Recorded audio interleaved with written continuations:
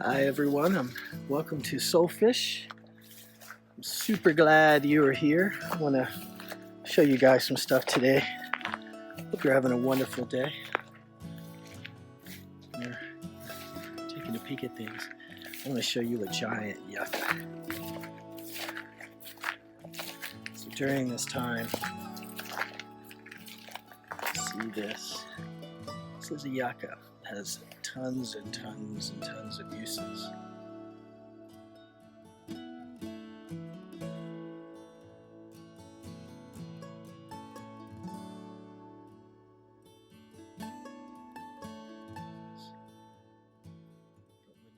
at this, I want to show you. This is like a giant asparagus. Except these things here are really very prickly. You see that? Check this out. It produces these amazing flowers that look like this. It's like a Dr. Seuss. Now this is a giant one. I mean, this is pretty tall. This thing's about like 10 feet tall, give or take. I mean, it's massive. They start out small, you know. So you can see here how small this one is. And then they do this. Pretty cool. You know, one of the things I love about the desert is that the stuff that grows out here, you know, is just medicinal, edible. It seems very sparse. You look at things and you think, wow, you know, this place is very barren, you know. But this also has just tons of life. It's just teeming with life. It's almost such a contrast. There's nothing really to hide, right? It's all out, and it's just and with such an open sky. So we used to live in a couple of acres in Asheville in the mountains. So you always had trees around you. You know, you always had this canopy of trees on top of you. And so the sky was, and then, you know, it's just like a really different vibe, a different setting. And for those of you out there, you know what I mean. And then you come out someplace else that doesn't have that many trees around you in that way, compacted. And there's this open feeling. For some, it wigs people out, you know, because there's a lot of energy depending on where you're at, but it's really open. And there's no place to hide. And it feels like that, like you're out in the open, you know. And for others, for me, I found it really freeing. Super free. And I love all kinds of geography. So, but I'm really enjoying the desert right now. This is such a contrast to how and where I grew up that I love it. So we've been learning how to grow stuff here in the desert. And we put a cool video together, Nance did, for that, about this garden that we've put together and are working on and learning how to do stuff. So if you're interested in that, I'll put a link in this video for you to check that thing out. I guess the purpose of this video is I wanted to share with you what I've been shown. I wanted to share with you how things are shifting a little bit. And been asked a lot of what's happening, where's this leading to? You know, what's the energy like? What's it showing us? And through over the last week particularly, it's been really interesting. What's been shown, what we're starting to see manifest around us. You know, it's an auspicious time. And so you're seeing all sorts of perspective. And think of that in terms of energy stream for a minute. So you have all sorts of different people, different sources suggesting a different future outcome, all with really, you know, you can break it into two camps, kind of a positive result ending camp and a negative result ending camp, right? So you have your degrees within that. You know, you have the polar opposites of the world is ending, and then you have the other opposite of, well, it'll be rebirthed into this magnificent gig. And then you have everything in between. And you ask yourself, well, what's the material reality? What's the, spiritual reality of what we're witnessing. And you came here, you are here right now in a super special time. This is the birthing of a new age. Um, you know, for thousands of years, we've been in the age of Pisces. As we move into the age of Aquarius, there is a transition time. It's not like, you know, 1 year it's X and then the next year it's the new age. There's a transition period of time in a window, and we are living in that window of time. Now, whether we're at the beginning of the window or whether we're at the end of the window is another topic for discussion. But we're in this transition time, and you came in a transition time where it is the ending of the old and the bringing in of new. And so, with that energy, that change of energy form, like anything, how you're looking at fireworks, for example, and then right before the firework is over, right, it kind of like does this magnificent kind of last hurrah, like rah, and then it peters out, right? It like consumes itself and is gone. And that's very much the same kind of thing when we're ending an age and ushering in a new one. When anytime there is a major energy shift that has the potential of changing the paradigm of how we operate together, it's a whole nother. Bear with me. I'm gonna step over here for a minute, show you a different view. When you have this shift in energy, you have all of the remaining kinetic energy being let go. All this pent up potential energy has been now, released, right? And that calls all sorts of things. So if you think about it like magnetism, if you think about it like law of attraction, if you think about it like how what you're putting out, your vibe. I don't mean necessarily your conscious vibe. That helps, obviously. But I mean your actual beingness. Like if you were, like how you breathe and you don't think about your breathing, if your beingness was on autopilot like that, and you were you were a 1 out of a 0 to 5, 5 being awesome and just 0 neutral, and you were vibing a 1, and that was your natural state without your awareness. You're just like a 1 guy, right? Well, you're going to attract 1 things. You might attract some 2 things. You'll attract some 0 things, but you're going to average out as a 1. And you're on the positive side of that. You're on the positive side of the line. If you were vibing out lower, then you're going to attract those things that fit that particular frequency. So when we're thinking about, you have electrical energy, and in our daily energy reading today, we touched on this, where sun is electrical energy and moon is magnetic energy.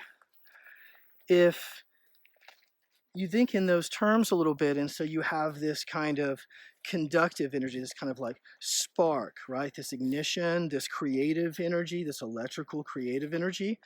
Well, what happens is that energy then has to be sorted out, and that's what magnetics do. The magnetic takes this electrical energy and then sorts it with like and unlike. Excuse me. So when you think of it like that, and then you say, hey, what's going on today? We see a lot of unrest. A lot of it seems manufactured. And, obviously there are questions as to why would that be someone's motive? But the net result still affects us. Like, regardless of good guy, bad guy, whatever the perception is, politics, the worldly BS of what drives everyone to think about things in a different way, and kind of motivate them, get them riled up. These are all dividing forces. And as dividing forces, it puts you at a state of unease unless you've worked through a lot of issues. In this time of change, we're experiencing the ending of the old and the bringing of the new. We are responsible for what that new thing looks like. And it's first by our intentions. So if your intentions are, hey, we would like a more fair way to live. We would like to treat each other better. We would like less focus on war and depopulation and more focus on education in a way that broadens us, not makes us into workers, but helps us to think, that helps us to expand, that helps that, 7+ billion people should be able to take care of 7+ billion people. Why has that become a strange concept to us? These are all natural things. We should be taking care of each other and what's around us and this planet. This is a symbiotic relationship. And so part of our evolution, part of our conscious awakening is choosing to change how we work together. And that means changing all types of systems.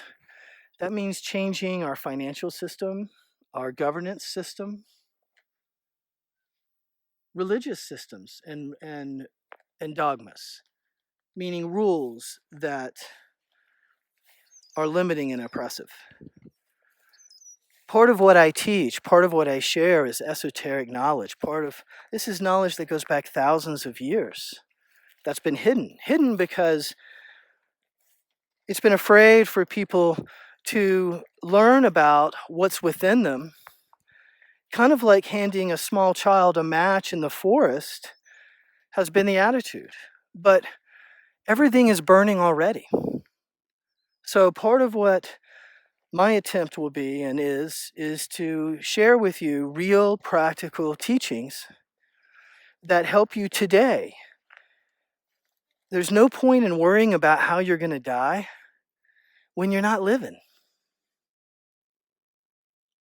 And this is a time of life. This can be a time of tremendous life, and we should value that. And that's a very different energy than the energy of death, right? I believe in the Tao, it says something kind of like, if you're bendable, kind of like a reed, right? In that way, then you're celebrating life. But if you're rigid and you would break in the wind, then you are celebrating death in that way. In other words, change, you have to be able to respond to change. And so when I'm asked, what's going on now? What does this really mean for us? I would say to you that it's your time to really understand what it is that you want to see and vibe that. What it is, how do you want to live? How do you want to be treated? And vibe that. It's very difficult to stay in love 24/7. It's not really possible. Like it's not possible to stay in hate 24/7. These are polar ends of strong, emotional forces, right? But you can't stay there. There's an equilibrium. You have to take a little from each side to make it into what works here. And that's the point. You're supposed to transmute it. In the Bible, it says, a walk in the valley of death, right? You're in a valley. You have two sides. And you're supposed to take from the sides into the middle path. You hear the middle path talked a lot in esoteric teaching. That's what we mean. So you have to be able to transmute both. You can't hide in the light and say, I want to be chipper and not be involved with darkness because it brings me down. It doesn't work. And most people who say that aren't in a happy place, as we know. And obviously, if you're coming from the dark side, very difficult to come from a happy place. So there's a reality in that it doesn't work on either side. So you have to figure out that you can't be either because you're both. you have to convert yourself. You have to combine the two into one. You have to get rid of the dark side through your own understanding, and the understanding is a knowing from the inside. This isn't a intellectual knowing. So I don't want to get too far off track, but I do want to share and say, look, things are going to be okay. And, this is a time for you to be clear on who you are and who you want to be. And this energy is a washing out of the old, and it's going to transform things. And different parties, if you can think of them as kind of like different buckets or different entities or different like orbs, however you want to view it intellectually in your mind, imagine this is based on the force of those things. They're bigger or smaller balls, and as this change occurs, those particular forces are going to respond positively or negatively to this change. If this change is contrary to their vibe, and is then they're going to fight back with that, and ultimately consume themselves and go away. I mean, that's the energy of all of this, right? Because that's where they focus their energy.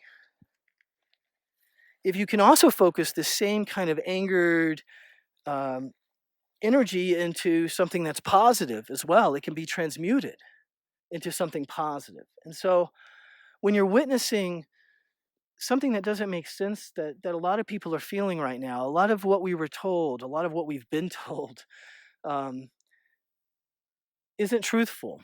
And, without getting into motives and propaganda and all of that, what I care about is just that: is it truthful or is it untruthful? Is it helpful to us or unhelpful to us? With all the people that we work with, think about it, that there's a lot of suffering. And if this were working correctly, there wouldn't be so much suffering. There would be more understanding. We would have a better knowing.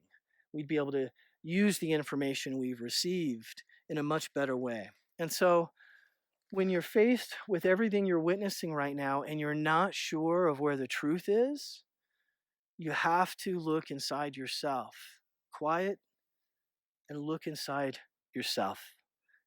So don't be fearful of this time. Be aware, be cognizant, but don't feed in and don't buy into necessarily all the narratives. And surely don't focus on just one narrative.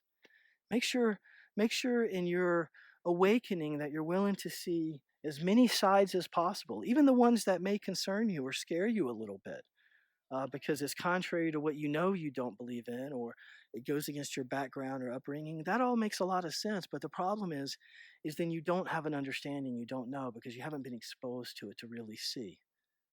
And in understanding that, you have a better understanding of all the things that are important to you, and it brings out their finer points that you would have missed and that have missed.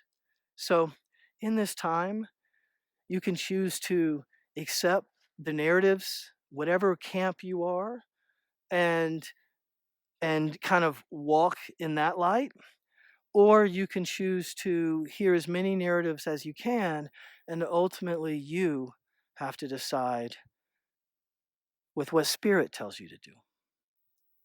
But you have to be open to hear that message, right? And so today, I reach out to you. I'm being called to tell you, hey, it's okay. First of all, it's okay. What's going on now is going to be okay. But we are in a transition time and things are changing. And so be prepared, be smart. Have a little extra water with you, a little extra food with you to help you or your neighbor. Maybe you might want to introduce yourself to your next door neighbor if you haven't yet, in a nice way, just in case they need something or you might need something in a time where it's going to be important to need each other. When you think about, we're in a very special time. And in that time comes a lot of uncertainty. But what I'm hoping for you with your practice, what I'm hoping for you with your understanding, what I'm hoping for, and what I reach out to you in the mornings for, is that you see in you that you can make the answer. In other words, you have the answer, that you just have to be able to hear it, and that you're looked after. I wish I could share with you all the ways you're looked after in this place. We feel so alone sometimes being here, but you're so looked after in so many ways of things you see and can't even see and understand yet. And and that's what makes it amazing. And so in this change, know that there is good.